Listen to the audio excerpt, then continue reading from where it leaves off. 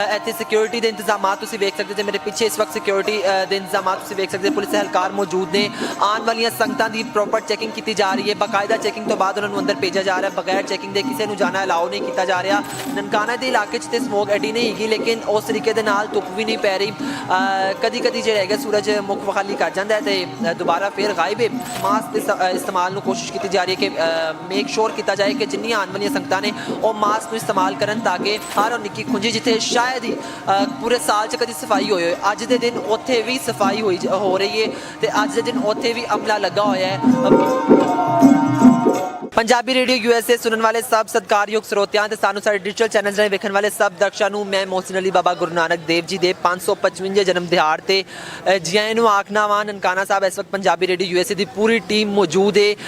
तमाम ਸਰੋਤਿਆਂ ਤੇ ਦਰਸ਼ਕਾਂ ਨੂੰ ਮੇਰੇ ਵੱਲੋਂ ਤੇ ਮੇਰੀ ਪੂਰੀ ਟੀਮ ਦੇ ਵੱਲੋਂ ਬਾਬਾ ਗੁਰੂ ਨਾਨਕ ਦੇਵ ਜੀ ਦੀ 555ਵੀਂ ਜਨਮ ਦਿਹਾੜ ਬਹੁਤ ਬਹੁਤ ਮੁਬਾਰਕ ਹੋਏ। ਇਸ ਵਕਤ ਨਨਕਾਣਾ ਸਾਹਿਬ 3 ਰੋਜ਼ਾ ਤਕਰੀਬਾਤ ਦਾ ਸਿਲਸਿਲਾ ਸ਼ੁਰੂ ਹੋ ਚੁੱਕਿਆ ਹੈ ਤੇ ਸਿੱਖ ਕਮਿਊਨਿਟੀ ਜਿਹੜੀ ਹੈਗੀ ਹੈ, ਸਿੱਖ ਸੰਗਤ ਜਿਹੜੀ आना शुरू हो गई ने ते इस वक्त जन्म स्थान का रुख कर रही हैं। गुरुद्वारा जन्म स्थान जा रहे हैं। इस वक्त मैं मौजूद हाँ बिल्कुल जन्म स्थान के कोल ते एक दाखिली रास्ते ते इत्थे सिक्योरिटी के इंतजामात तुसीं वेख सकते जे मेरे पिछे इस वक्त सिक्योरिटी के इंतजामात तुसीं वेख सकते पुलिस अहलकार मौजूद ने।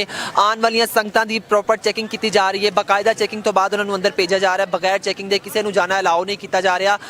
ईवन के चैकिंग तो बाद ईवन के उन्होंने की चैकिंग तो बाद उन्होंने समान की चैकिंग की जा रही है। फिर प्रॉपर एक मैथड के थ्रू भेजा जा रहा है।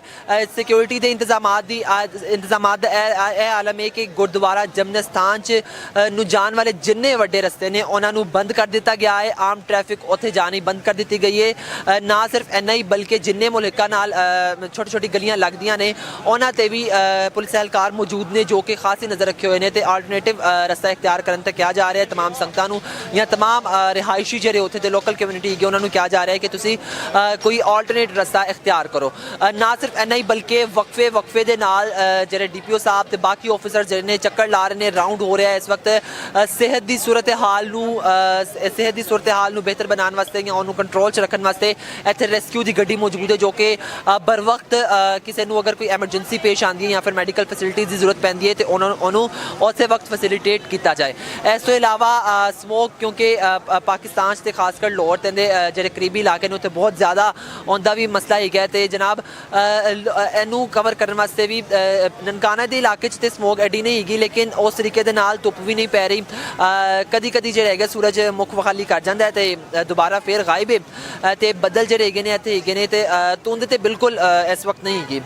समोग हैगी है थोड़ी बहुत उनके वास्ते जो हुकूमत ने पहले क्या होया कि मास्क के इस्तेमाल कोशिश की जा रही है कि मेक श्योर किया जाए कि जिन्नी आने वाली संगतां ने वह मास्क को इस्तेमाल करन ताकि जिन्हें किसी भी किस्म के हैल्थ इशू तो बच सकन। इस तो इलावा दसिया जाए लोकल आवाम जी है तभी मेरे क्योंकि इस वक्त बिल्कुल सामने मेन बाजार है ननकाना साहब का जो कि बिल्कुल सज्जिया होया है। इस वक्त झंडियां लगियां ने तो बिल्कुल जिन्होंने कहते लश पश है तो आने वाली संगतां जिन्नियां ने उन्होंने आम आवाम वेलकम कर रही है, जी आयां नूं कह रही है, खुश आमदीद कह रही है।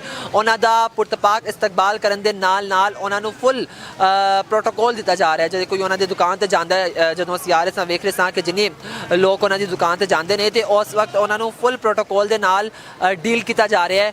गर्मजोशी के नाल उन्होंने वेलकम किया जा रहा है तो चूँकि आने वाली सारिया संगतां प्रोने ने इत्थे ते तमाम प्रोनियां नूं जिहड़ा हैगा बड़े खुश दिली के नाल इत्थे वेलकम किया जा रहा है। ना सिर्फ इन्ना ही बल्कि दीगर चीज़ां जिहड़ियां ने संगतां जिहड़ियां ने जन्म स्थान का रुख कर रही ने उत्थे आ जा रही ने ते जिहड़े कुछ संगतां जिहड़ियां ने आ चुकियां ने, कुछ संगतां अजे आ रही ने, टोले दे टोले आ रहे हैं इत्थे ते इस दे नाल सफाई का यह आलम है कि तमाम मेन रोड्स ते मेन रोड तो नाल मेरे ख्याल नाल हर वो निक्की गली हर वो निक्की खुंजी जिथे शायद ही पूरे साल च कभी सफाई होई होए अज दे दिन उत्थे भी सफाई हो रही है तो अज दे दिन उत्थे भी अमला लगा होया है।